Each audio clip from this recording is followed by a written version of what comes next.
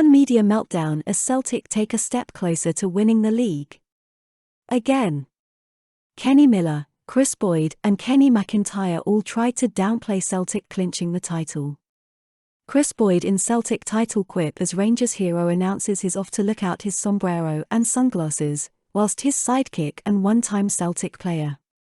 Kenny Miller insists Rangers will rival Celtic's Lisbon Lions if they win Europa League. The former Sevco striker believes a victory in Seville would eclipse the Cup Winners' Cup trophy in 1972. Okay, are they getting gear free in the media these days or what? Kenny Macintyre has tried to brush aside Ange Postecoglou's post-match criticism of the BBC Scotland reporter. Celtic's 4-1 win over Hearts means that their points total can't be bettered. If Dundee United take a point or more from Ibrox tomorrow, the title race is over. If they lose, a draw for Celtic at Tannadice on Wednesday would settle the issue. Presented with those scenarios in a negative light, Postecoglou wasn't slow to bite back at the negativity of the BBC man who tweeted in February that he is a Rangers fan. Like we never knew that. Former Rangers hero Kris Boyd was all smiles despite watching Celtic all but clinch the Premiership title. But that was because he had the Europa League final on his mind, and he couldn't resist one final cheeky barb towards the hoops. Boyd was part of the Sky Sports punditry team at Parkhead where Celtic comfortably beat Hearts 4-1, to all but guarantee they'll be champions this season. The win moved Ange Postecoglou's side 9 points clear at the top, with a goal difference 22 better off than Rangers. It isn't officially, mathematically done just yet, but it is as good as over.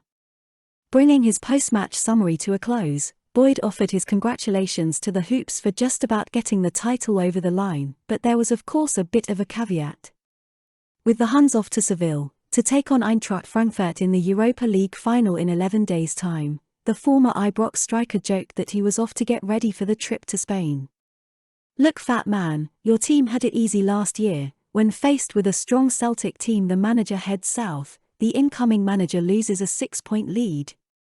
Celtic are champions and they hate it. They can't hide it. Anyways, back to all things Celtic.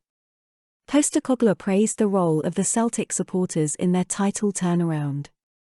But after they gave the Portuguese winger a standing ovation yesterday, he again insisted they still have work to do to get him from Benfica permanently this summer. Despite reports last week of a £6.5 million deal being agreed, Postecoglou said, "It was reciprocal today. I think Jota showed his love for the Celtic fans and this club. He understands. He's humble enough to know that he's got the talent, but he had the talent last year. You need the platform. This football club has given him that. In terms of next year, with him and Cameron, Carter-Vickers, we're in a similar boat. If everyone wants something to happen, it'll happen. But right now the most important thing is they represent this club to the best of their ability and bring success to Celtic. Some players might get an offer they can't refuse. There's no guarantee any of us will be here next season. I hope I am, but apart from that, you have to focus on the present, and Jota was great again today. The supporters have definitely played their part this year. Our home form has been ridiculous." And in his post-match interview yesterday, the Celtic manager revealed how his week in isolation set the framework to lay his master plan for domestic dominance.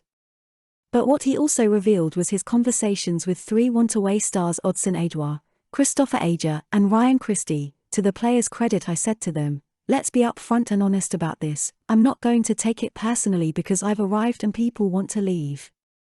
These decisions were probably made a lot earlier, and with all these guys, whether it was Christopher, Odsonne or Ryan, it was pretty clear they weren't going to be part of the plans for this season.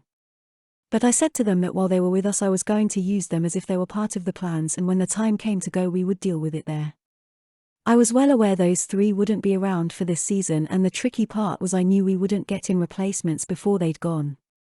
This kind of honesty is why Ange got the buy-in from the players from day one. He set the tone for success by telling the players straight what he thought and by also keeping his promises to them. Once again, the gaffer is showing what a class act we have leading our great club. With the media meltdown at Celtic winning the league, it's a great time to be a Celtic fan. Yes, last year we were let down by so many players. But we won the league again this year. And on that note, have a great day, Celtic fans all around the world.